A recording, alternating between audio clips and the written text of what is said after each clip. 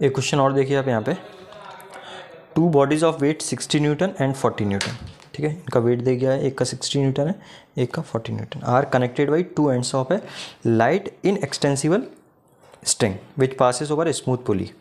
The weight 60 newton is placed over an smooth inclined plane, ठीक है, और angle of inclination 10 degree दिया.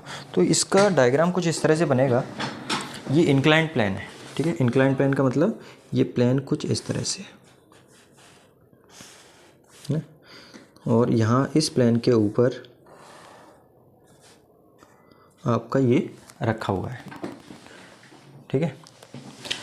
तो यहाँ पे आप देख लीजिए, पहले केस में वेट कितना है 60 न्यूटन.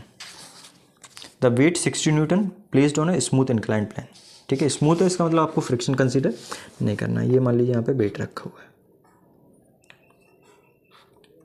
ठीक है, और ऑब्वियसली वेट कैसा एक्ट करता है vertically downward direction. W equals 60 Newton, ठीक है. और यहाँ पे आपका एक पुली लगा हुआ है, ये पुली इससे अटैच होगी इस तरह से, और इस पुली के ऊपर आपका एक स्ट्रिंग जा रहा है, और इससे फिर आपका एक दूसरा वेट अटैच है, और उसकी वैल्यू कितनी दी है 40 न्यूटन, ठीक है. ओके, द वेट और एंगल ये दिया हुआ है, इंक्लिनेशन आपको 10 डिग्री. अब आपको पूछना है, एक्सीलरेशन पूछा और टेंशन पूछिए. तो ये क्वेश्चन थोड़ा सा आपको पहले चीज़ें पता होना ज़रूरी है, फिर मैं बता देता हूँ आपको. देखो ये है, ये वेट, अब रिएक्शन इसमें इस तरह से लगेगी इसके परपेंडिकुलर, तो ये वाला जो एंगल होगा ये 10 है, तो ये वाला एंगल भी क्या होगा आपका 10 डिग्री होगा, ठीक है. तो W का एक कंपोनेंट हो गया, ये हो जाएगा आपका W cos थीटा, और एक कंपोनेंट आपका इस तरफ एक्ट करेगा प्लेन के अलाउंग, ठीक है. इसकी वैल्यू कितनी होगी W sin थीटा, ठीक है. W 60 है ये आपका, और ये है, ठीक है, ये नीचे की तरफ एक्ट कर रहा है. और दूसरा इसमें क्या है, यहाँ पे टेंशन एक्ट करेगा. टेंशन हमेशा उस ऑब्जेक्ट से दूर की तरफ एक्ट करता है, और यहाँ पे भी टेंशन एक्ट करेगा, ठीक है. अब फ्रिक्शन आपको कंसीडर नहीं करना है, तो आप इसका इक्विलिब्रियम कंसीडर कर सकते हैं, ठीक है. कंसीडरिंग ब्लॉक ऑफ 60 न्यूटन, ठीक है. तो इस केस में हम क्या करेंगे, ये टेंशन T लग रहा है इधर, और इधर क्या लग रहा है आपका W sin थीटा. तो ये जाएगा किस तरफ, इस तरफ जाएगा.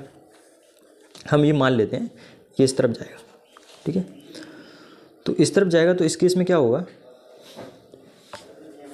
ठीक है, T minus W sin theta equals क्या आ जाएगा आपका M इंटू A, ठीक है. इस तरफ एक्सीलरेट हो रहा है, तो ये आ जाएगा.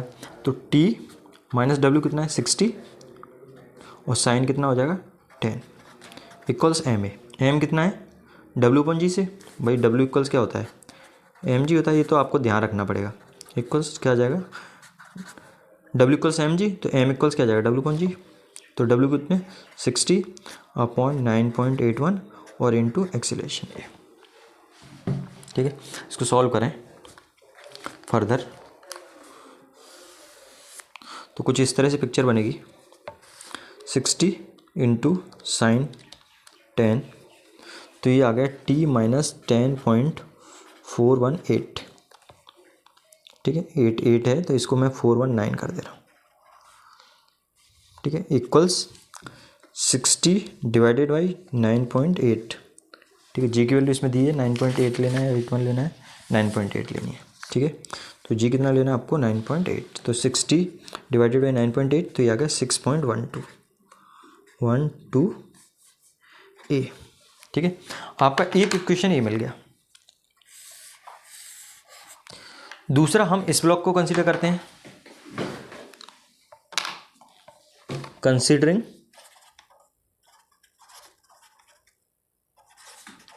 Block of 40 Newton. तो जब आप इस ब्लॉक को कंसीडर करेंगे तो इसमें क्या होगा, ये नीचे की तरफ एक्ट जा रहा है, हमने ये माना है, तो ये इसमें बेसिकली क्या होगा 40 माइनस T, ठीक है. इक्वल्स क्या आ जाएगा M इंटू A, तो 40 माइनस T इक्वल्स M क्या होगा W/G means 40 upon 9.8 into A, ठीक है। तो 40 minus T equals 40 divided by 9.8, तो यह कितना आ गया 4.08 ए। तो टी इक्वल्स कितना आ जाएगा 40 माइनस 4.08 ए, ठीक है। तो एक इक्वेशन आपका ये है और ये आपका दूसरा इक्वेशन है। इस इक्वेशन को थोड़ा सा और सिंप्लीफाई कर सकते हैं हम, जैसे यहाँ पे टी, तो टी इक्वल्स यहाँ पे क्या आ जाएगा, टी इक्वल्स आ जाएगा 10.419, ठीक है, और प्लस 6.12 ए, ठीक है, ये इस तरफ चला जाएगा। तो ये आपका इक्वेशन 1 है, इक्वेशन 2 है, तो है ना, ये 1 को आपने फर्दर सॉल्व करके लिख दिया। तो फ्रॉम इक्वेशन 1 एंड 2, तो दोनों तरफ टी है, तो क्या आ जाएगा आपका, इसको मैं यहाँ पे लिखना चाहूँ तो इधर ही सॉल्व कर देता हूँ अभी। तो 40 माइनस 4.08 ए इक्वल्स 10.419 प्लस 6.12 ए, ठीक है। तो ए वाले टर्म से एक तरफ ले लेते हैं, तो ये भी ए है, ये है, तो हम क्या करते हैं, इसको इधर भेज देते हैं। तो 40 माइनस 10.419 इक्वल्स क्या आ जाएगा, ये 6.12 ए प्लस 4.08 ए, ठीक है। तो इसको फर्दर सॉल्व करते हैं। 40 माइनस 10.419, ठीक है, तो ये आ गया 29.58 इक्वल्स, अब इधर को सॉल्व करते हैं। तो ये क्या है 6.12 प्लस 4.08, तो गया 10.2 इक्वल्स 10.2 ए। तो ए इक्वल्स क्या जाएगा 29.58 अपॉन 10.2, तो 29.58 डिवाइडेड बाई आंसर, ये वैल्यू आ गई, एक्सीलरेशन आपका आ गया 2.9 मीटर पर सेकेंड स्क्वायर, ठीक है। एक्सीलरेशन निकला है। अब एक्सीलरेशन निकला है तो आप क्या कर सकते हैं, टेंशन बहुत आसानी से, मैं किसी वैल्यू इसमें पुटअप कर देता हूँ, है ना, इसमें जाले में। तो यहाँ पे टी इक्वल्स क्या आ जाएगा 10.419 प्लस 6.12 इंटू 2.9, तो टी इक्वल्स आ जाएगा 2.9 मल्टीप्लाइड बाई 6.12, ठीक है। तो ये 10.419 प्लस 17.748, तो 10.419, तो टी इक्वल्स आ जाएगा 28.167 न्यूटन, ठीक है। टेंशन निकला है। इसके कंटिन्यूशन का एक और क्वेश्चन देख सकते हैं आप, इन क्वेश्चन 23, ठीक है, 23 जो हमने अभी सॉल्व किया है, the inclined surface is rough one, ठीक है, having coefficient of friction between 60 newton and inclined surface equal to 0.2। तो पहले में फ्रिक्शन नहीं दिया है, लेकिन यहाँ पे फ्रिक्शन दिया हुआ है और म्यू की वैल्यू कितनी दी है 0.2, ठीक है। अब आपको इसको सॉल्व करना है, ठीक है, अब आपको इसको सॉल्व करना है। तो देखिए इसमें बहुत ज़्यादा चेंजेस नहीं है, लेकिन यहाँ पे इक्वेशन जो बनेंगी वो थोड़ी चेंज हो जाएंगी, ठीक है। अब ये टी इस तरफ लग रहा है, डब्ल्यू साइन थीटा इस तरफ लगेगा, चूँकि इस डायरेक्शन में मूव कर रहा है तो फ्रिक्शन भी आपका इस डायरेक्शन में एक्ट करेगा, यहाँ पे फ्रिक्शन है, ठीक है। और फ्रिक्शन क्या होता है, एफ इक्वल्स होता है म्यू इंटू आर। तो सबसे पहले आपको आर भी यहाँ पे फाइंड आउट करना पड़ेगा। अब आर इसमें क्या होगा, ये ऊपर की तरफ आर एक्ट कर रहा है और नीचे जो एक्ट कर रहा है वो डब्ल्यू कॉस थीटा है, ठीक है, ये डब्ल्यू का कंपोनेंट है एक, तो यहाँ पे आर इक्वल्स हो जाएगा डब्ल्यू कॉस थीटा। तो आर इक्वल्स होगा डब्ल्यू कितना 60 और कॉस थीटा की वैल्यू 10, तो 60 कॉस 10, तो 60 मल्टीप्लाइड बाई कॉस 10, तो आर की वैल्यू आ गई आपकी 59 न्यूटन, ठीक है, ये आर आ गया। ओके, अब इक्वेशन बनाते हैं, कंसीडरिंग ब्लॉक ऑफ ये वाला, ठीक है, ये वाला, तो लिख देता हूँ मैं considering block of 60 Newton, consider block of 60 Newton. तो यहाँ पे इक्वेशन किस तरह से बनेंगे मैं बता दे रहा हूँ आपको। तो ये कुछ इस तरह से बनेगा, W sine theta plus F equals minus, sorry मैंने थोड़ा सा उल्टा कर दिया क्योंकि ये इस डायरेक्शन मूव हो रहा है, तो ऑब्वियसली टी क्या होगा ज़्यादा होगा, तो T minus W sine theta और माइनस आपका एफ इक्वल्स क्या होगा एम मास इंटू एक्सीलरेशन। ठीक है, अब मैं क्या करता हूँ वैल्यू पुटअप करता हूँ। ठीक है, तो मैं वैल्यू पुटअप करूँगा तो इसमें कुछ वैल्यूज़ किस तरह से होंगी, T minus W sine theta mean 60 sine 10 minus F की वैल्यू अभी हमने निकाला है। एफ की वैल्यू कितनी आई है, एफ की वैल्यू आई 59 न्यूटन। सॉरी, ये एफ की वैल्यू नहीं है, ये आर आया है। तो एफ इक्वल्स क्या हो जाएगा, म्यू इंटू आर है। तो म्यू की वैल्यू कितनी है 0.2 इंटू 59। तो ये 0.2 इंटू आंसर, तो ये आ गया 11.8। तो एफ इक्वल्स आ गया आपका 11.8। ठीक है, ये एफ आ गया। इस एफ की वैल्यू को मैं यहाँ पे पुटअप कर देता हूँ। तो 11.8 इक्वल्स एम ए। तो इसको सॉल्व करते हैं। तो यहाँ पे 60 इंटू साइन 10, ठीक है, T minus 10.41 minus 11.8 equals M A. M की जगह क्या रखते हैं, W upon G into A. तो इसको ये दोनों प्लस हो जाएंगे, प्लस 11.8। तो ये आ गया T minus 22.22 equals W. W कितना है, वेट इसमें दिया हुआ है 60, तो 60 अपॉन 9.8 इंटू ए। ठीक है, तो यहाँ से T minus 22.22 equals 60 divided by 9.8। तो ये आ जाएगा 6.122 ए। ठीक है, एक तरह से आपका ये इक्वेशन आपको ये मिल गया। ठीक है, मैं इसको थोड़ा सा और सिंप्लीफाई करके यहाँ पे लिख दे रहा हूँ। तो इक्वेशन हमको क्या मिला है, टी माइनस 22.22 इक्वल 6.122 ए। ठीक है, फर्दर इसको हम सिंप्लीफाई करें तो ये टी इक्वल्स क्या आ जाएगा, 22.22 प्लस 6.122 ए। ठीक है, एक इक्वेशन आपका ये मिल गया। अब हम कंसीडर करते हैं ब्लॉक सेकंड वाला। ठीक है, ये तो मैं लिख देता हूँ यहाँ, considering block of 40 Newton.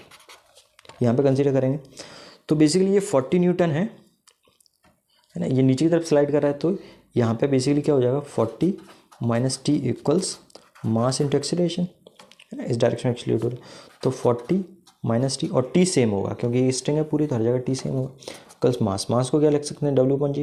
W upon जी का मतलब 40 अपॉन 9.8 टू ए। तो अब ये आसानी से सॉल्व हो जाएगा क्वेश्चन, यहाँ तक यदि आपको समझ में आ गया तो 40 माइनस टी इक्वल्स